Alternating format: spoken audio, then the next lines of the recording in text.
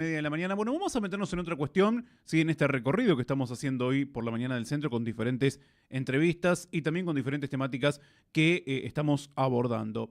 La idea ahora es, hemos invitado a una profesional, en este caso del derecho, abogada, para preguntar acerca de algunas cuestiones que tienen que ver con los delitos, si se quiere, un poco más actuales y cómo desde la abogacía, desde el derecho penal, estimo, ahora se lo voy a preguntar a ella, si se pueden abordar estas cuestiones. ¿Cómo estás, Ana Paula Martorelli? Muy buenos días, Eduardo. Gracias por Muy venir. bien. Muchas gracias por invitarme. Por favor. Bueno, hoy te invitamos en carácter de abogada.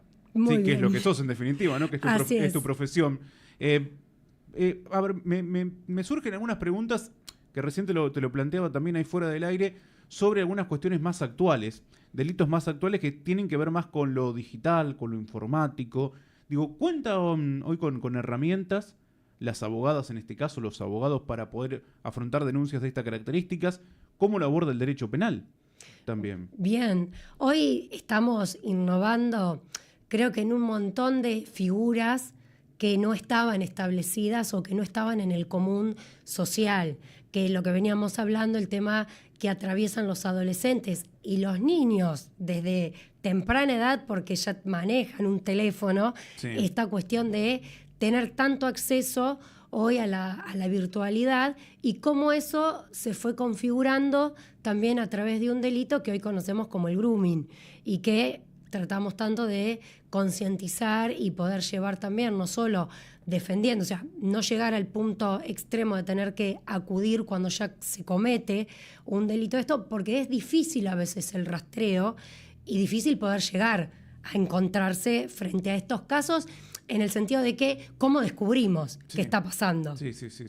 Sí, la manera, digamos, por ahí de... Primeramente es difícil descubrirlo y la única forma en la que quizás se pueda llegar es cuando ya se concreta, digamos, por ahí una cita física. Sí, han ocurrido casos en el país donde se ha terminado con víctimas fatales porque empezó a través o de una red social o de hoy los juegos en red que tienen los chats privados y tienen todo un sistema informático donde se pueden comunicar los chicos mediante ese juego y ahí no vemos quién está detrás de esa cámara. Y hoy realmente están los adultos metidos en este sistema de juegos, de videojuegos, no solo a través de un Instagram, de una red social, que a lo mejor acceden más adolescentes, Sí. son más víctimas, por ahí las chicas, pero los chicos también, pero lo preocupante también es cuando arrancan a muy temprana edad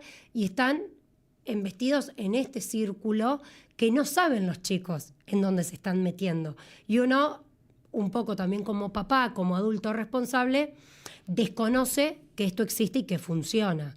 Porque hoy a través de un videojuego, el más típico hoy, el furor, que es el Roblox, se puede entrar a chatear con alguien y hacerse pasar. Vos te haces pasar, yo me hago pasar por alguien de la misma edad y empezamos con un lenguaje a la par. Claro. De conocerte, de cómo es tu nombre, de cuántos años, y bueno, vamos a jugar a esto.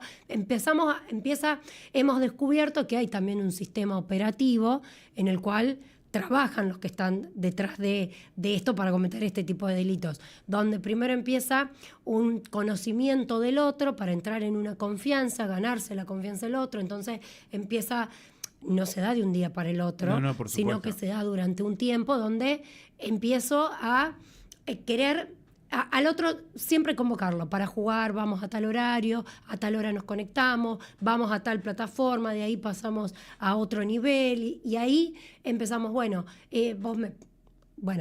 por ahí los que estamos más familiarizados porque tenemos chicos que juegan, sabemos más o menos los mecanismos de cómo son, que van comprando cosas, bueno, se canjean, pero ese chat, yo por ejemplo, lo tengo totalmente bloqueado para que no puedan acceder a hablar y comunicarse con el otro. Pero tienen que saber los adultos que a través de ahí se va preguntando y se va respondiendo.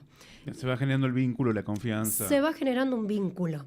Y después de eso empieza un proceso de seducción donde empieza a ser atrapante este juego y esta comunicación y se vuelve esta adicción de que me conecto a tal hora porque juego con tal que no sé quién es, porque tienen un nombre que capaz que se hacen pasar por alguien conocido, pero detrás no sabemos quién está, y a través de eso lo peligroso empieza a suceder cuando pásame una foto, así te conozco, así sé quién sos, así sé cómo sos, y eso después hoy tenemos la inteligencia artificial que, si bien es una herramienta totalmente positiva para un montón de ramas, para esto también hemos visto cómo se puede manipular una foto, se puede generar un video, se puede generar una conversación, y después con esto empieza una extorsión. A muy corto plazo, te estoy haciendo muy resumidamente. Sí. Empieza una seducción y una extorsión.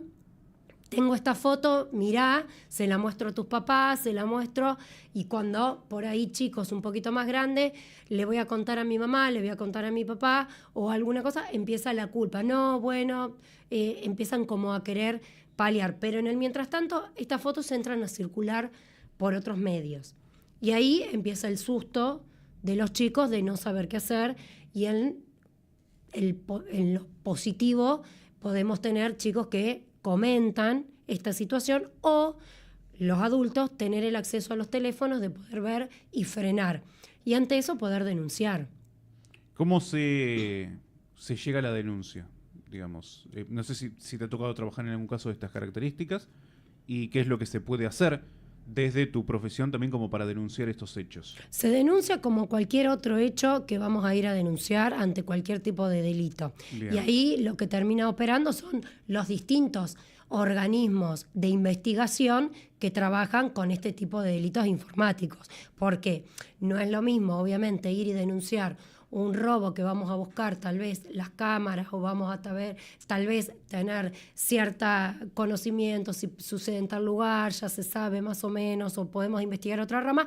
Los delitos informáticos tienen una vía por la cual hay que investigar todo el canal y toda esa red que viene para poder llegar desde dónde salió esa transmisión, desde dónde está la geolocalización de ese dispositivo, pero sí hay un mecanismo y hay un medio que se empieza a articular y que evidentemente hoy está más conocido, sí, y está tan común también, mucho más de lo que a veces creemos, que se investigan y se trata de llegar, por lo general, a una misma persona que comete una infinidad de delitos de esta índole. Y después terminamos en casos, a grandes rasgos, de pedofilia, casos de pornografía infantil, casos hubo muchos allanamientos en la provincia de Buenos Aires. Claro, porque se termina llegando a raíz desde una denuncia desde esta índole, que tal vez pasa, localicemos acá en Chivilcoy, pero el operativo está en otra provincia o está en otro punto de la provincia de Buenos Aires o en otro lugar del país o en otro lugar, porque esto, al ser una vía informática, camina la información de una manera totalmente ampliada. Lo que pasa es que desconocemos también, digamos, las intenciones de quien está del otro lado, porque tenés la intención de lo que acabas de remarcar, esto de la pornografía infantil, de hacer circular esa foto que pidió a la otra persona, en este caso el menor de edad. Después tenés, la extorsión, está la persona también que después quiere concretar un encuentro. Después no sabés lo que puede pasar, ¿sí? Con la intención de quien está del otro lado. Claro, uno de los puntos más graves es cuando se quiere concretar una cita, porque es los casos que a veces delatan este tipo de situaciones, porque ahí nos encontramos que no, me voy a encontrar con alguien porque estamos jugando. Aparte, los adolescentes pasan en una etapa donde no lo cuentan, entonces porque total se creen que es alguien par, claro, por edad, o muy poca diferencia, o se hacen pasar por otro, y terminan en situaciones como ha pasado, que termina en un abuso, no simplemente en un abuso, sino que puede terminar en algo, en una fatalidad. Entonces, ahí está la gravedad, porque hoy distorsionar imágenes con inteligencia artificial ya las hemos visto, vemos que circulan videos, vemos que a veces uno mismo a veces dice, ay, vamos a jugar y vamos a ver cómo quedaría esta foto, cómo quedaría esta imagen, y lo toma a veces como algo positivo o como en un momento de chiste, pero cuando esto pasa a una esfera que se convierte en un delito, ahí hay que poner la total atención, porque estamos teniendo menores de edad, estamos con una franja etaria que es totalmente vulnerable. Así tengan 16, 17 años, son totalmente vulnerables porque por más adolescentes, por más grandes que se crean que son, siguen siendo vulnerables a caer en este tipo de delito. Sí, vos sabés que mientras te escuchaba estaba pensando en una situación donde justamente una de estas personas, ¿no? Concreta un encuentro con una menor de edad, no era adolescente, creo que era preadolescente, pero el padre se había enterado de la situación. Entonces le dijo a su hija que concrete la cita, porque quería conocer quién era la persona que le había convocado. Digo, si se llega a este presunto, porque después hay que probarlo, ¿no? Claro. A esta presunta persona que concretó la cita, ahí se lo puede denunciar, se puede hacer algún proceso judicial. Sí, se puede dar una alerta, que hay este tipo de situación y poder alertar, obviamente, para que se puedan... Y siempre, nunca está de más una denuncia, nunca está de más una alerta, nunca está de más el poder plasmar esto. Y si no hay respuesta de los organismos, poder hacerlo visible a través de los medios, a través de red social, a través de cualquier canal. Sí, a través de los medios se hizo visible. Ahora el último digo, se puede hacer, si vos tenés, digamos, referenciada a la persona. Sí. Investigación de por medio. Sí, hay mucho más. Ya estaba pero ¿se puede iniciar avanzado. Un proceso judicial? Sí. Ahí ya tenés casi medio camino avanzado. Claro. El tema es cuando esto queda en una etapa previa que no sabemos qué hacer. Pero obviamente, cuando hay una situación dudosa, que no se sabe, hacer una denuncia, que se pueda aplicar un protocolo. Y en el mientras tanto, con el mejor caso, descartamos que no pasó nada. Pero poder hacer una investigación, sí, por supuesto. Y hay que hacer cumplir esos derechos. Hablando de derechos también, ¿no? Digo, se han empezado a incorporar estas figuras en lo que es el derecho penal. Sí. Porque, bueno, son más herramientas que hoy ustedes necesitan para trabajar, porque hace unos años atrás no teníamos esta clase de delitos. No, lo que pasa es que también la sociedad va avanzando y se va todo ayornando a las nuevas modalidades de cometer tipo de delitos. Sí. Como también lo es el bullying, como siguiendo con los chicos, como también lo es el moving en el acoso laboral. O sea, la violencia en sí y el mecanismo de delitos contra la persona en cuanto a abuso, acoso, violencia, traspasó tantas esferas que va tomando distintos nombres porque ya hay antecedentes de otros países donde se le pone palabra y se lo clasifica dentro de una normativa, dentro de un delito, dentro de un contexto, y nosotros aplicamos y tomamos las palabras, obviamente en inglés porque vienen también con otro antecedente. Claro. Venimos con un precedente de otros países que ya a lo mejor están más avanzados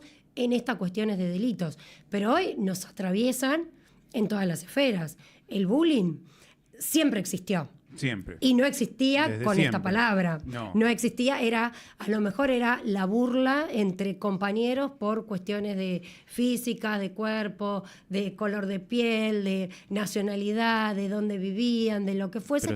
Y siempre fue un chiste. Sí. El tema es que en estos últimos tiempos hemos también tenido que el chiste ya dejó de ser un chiste y terminó en un delito, en una lesión, en un suicidio, terminó en algo que termina configurando un tipo penal. Es que han pasado cosas con esta burla, ¿no? Tal cual. Depende quién haga la burla y depende del receptor, de también, cómo se lo toma, ¿no? Por supuesto, siempre hay que evaluar cada caso puntual. Porque hemos tenido desde casos, vamos a plantearlo, desde casos de suicidios hasta el caso de querer, digamos, la venganza personal. Es decir, ustedes me hacen bullying y bueno, hemos tenido grandes casos.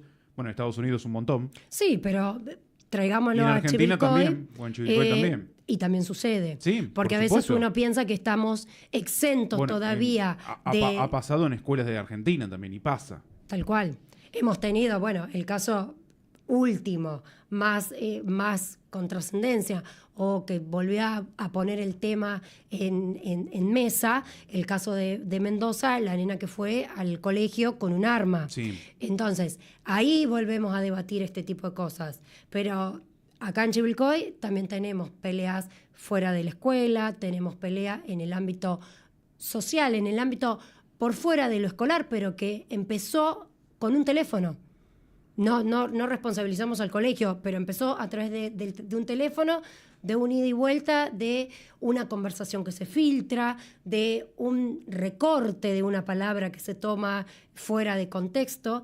Y esto es silencioso, porque arranca de una manera silenciosa, que a veces, bueno, los chicos no lo comentan, o cuando se conoce esta situación es porque ya terminó alguien en el hospital o terminó alguien cambiado de colegio porque hay una situación, o terminan los adultos en el medio interviniendo. Entonces hay que prestar atención, hay nuevas figuras, hay herramientas para poder trabajarlo, por sobre todo cuando trabajamos con chicos y trabajamos en la esfera de lo social. Siempre estamos en la esfera de lo social, pero ya a veces no tenemos, por lo menos para trabajar en territorio acá en lo que es Chivilcoy y lo que estamos en los alrededores de propiamente Chivilcoy, por ahí no tenemos lo frecuente de el robo con arma, el homicidio, los delitos graves, pero sí tenemos este tipo de delitos que empiezan de una manera, como digo, silenciosa en un círculo y que debemos llevarlo y hacerlo cada vez más visibles y trabajarlo más desde la concientización, desde la educación y ponerlo en palabras. ¿Qué se puede hacer, por ejemplo, ya que estás planteando el tema del, no sé, el ciberbullying, ¿no? O sea, o del bullying propiamente dicho, en un establecimiento, cuando, bueno, vos comprobás que ya sea físicamente o virtualmente surge, digamos, lo que es el bullying. O sea, ¿qué es lo que se puede hacer? Porque ahí estimo, no sé, recién hablabas del cambiarse de colegio. Por ahí si querés, no sé, poner un... No sé si va no sé si se puede, lo pregunto, un perímetro, algo... Bueno, es más complicado. Hemos tenido casos de trascendencia que a lo mejor han sido más visibles, más escuchados, otros quedaron más en la esfera privada. Ya pasaría lo físico por el tema del perímetro, ¿no? Pero, no, la violencia psicológica, la violencia verbal también, el hostigamiento, el acoso, no solamente tiene que ser un golpe, no tiene que ser una violencia física para poder hacer una denuncia y establecer un perímetro. Eso rige para todos los ámbitos y para todas las edades. Pero por sobre todas las cosas, el trabajar el tema del bullying también tiene que ver con darle herramientas a las instituciones, no solamente escolares, porque esto pasa en todas las esferas, trabajarlo a veces desde los clubes, desde otras entidades, porque pasa en todas las esferas educativas. Entonces, empezar a trabajar también desde una concientización. Esto es desde políticas públicas que hay que empezar a trabajar. Ahora en la provincia se instaló y se empieza a implementar el no uso de los celulares dentro del colegio, que es discutido por un montón de cuestiones, porque primero es como, bueno, retrocedemos porque se puede trabajar, se puede tener acceso, pero bueno, dentro del colegio también permitía la burla, el chiste, el entrar en Instagram, no entrar en una red social, el jugar en línea, que no tiene que ver con el ámbito educativo. Entonces, bueno, ¿funcionará? ¿No funcionará como para frenar esto? No lo sabemos, porque por ahí es una prueba piloto que está dando que hablar en el ámbito educativo, si no es un retroceso o qué, porque los profesores, algunas lo implementan bien, en otras áreas no se trabaja con el teléfono. Entonces, bueno, es un tema, pero empezar a trabajar algo para por lo menos concientizar a los chicos. Pero por sobre todas las cosas también concientizar a los chicos de que el chiste en un momento deja de ser chiste. O cuando afecta ya al otro, hay que poner un freno. Y a veces esto se replica porque en la casa también hay este mismo mecanismo que se utiliza.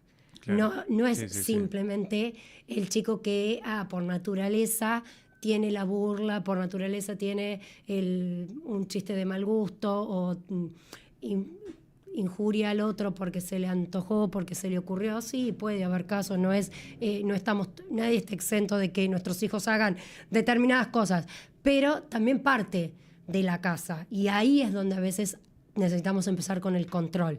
El control primero desde hablar, desde tener acceso a los teléfonos, que no es darle privacidad a los hijos, no darle privacidad a los chicos de que puedan tener su momento, pero sí tener acceso y control de que, a ver, a qué sitios entran, qué están haciendo, bueno, conocer el círculo de donde se están moviendo. Y esto no lo podemos frenar cuando llega la justicia, porque cuando ya llega la justicia, como repito siempre, llegamos tarde.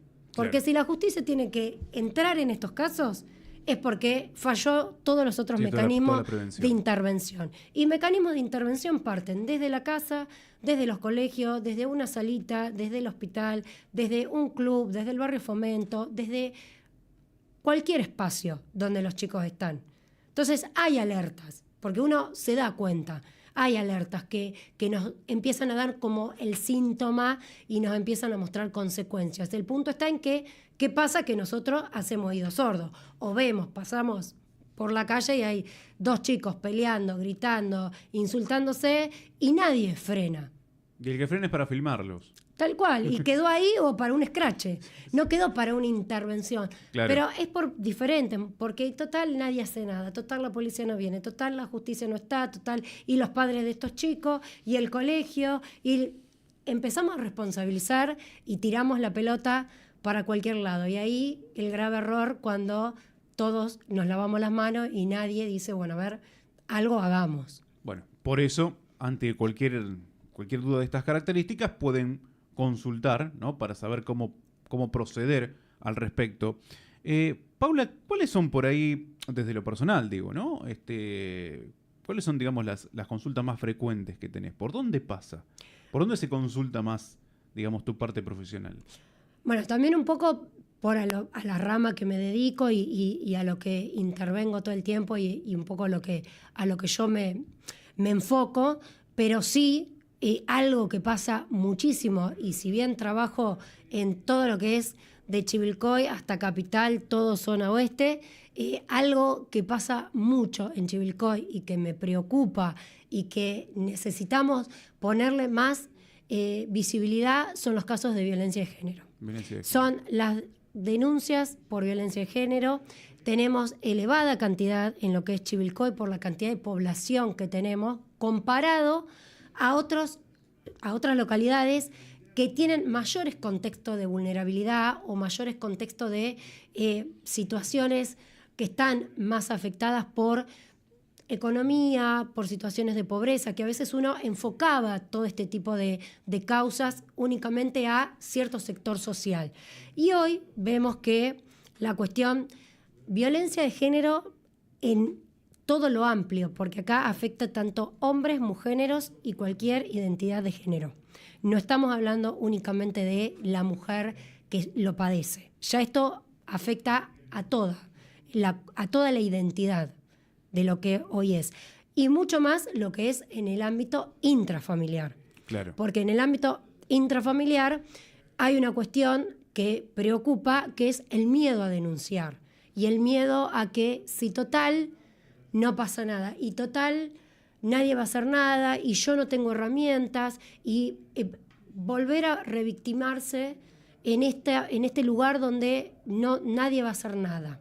Y acá es importante que ante una mínima conflicto se animen a pedir ayuda y se animen a denunciar. Que esto no quiere decir fomentar las denuncias, porque después nos pasamos para el otro ámbito que es las denuncias falsas. Que hay, por cualquier cosa voy y te denuncio. Que ese es un gravísimo problema también que hay.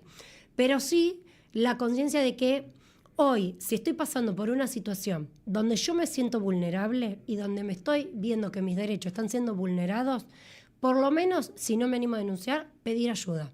Pedir ayuda a un profesional legal. Bien. ¿Por qué?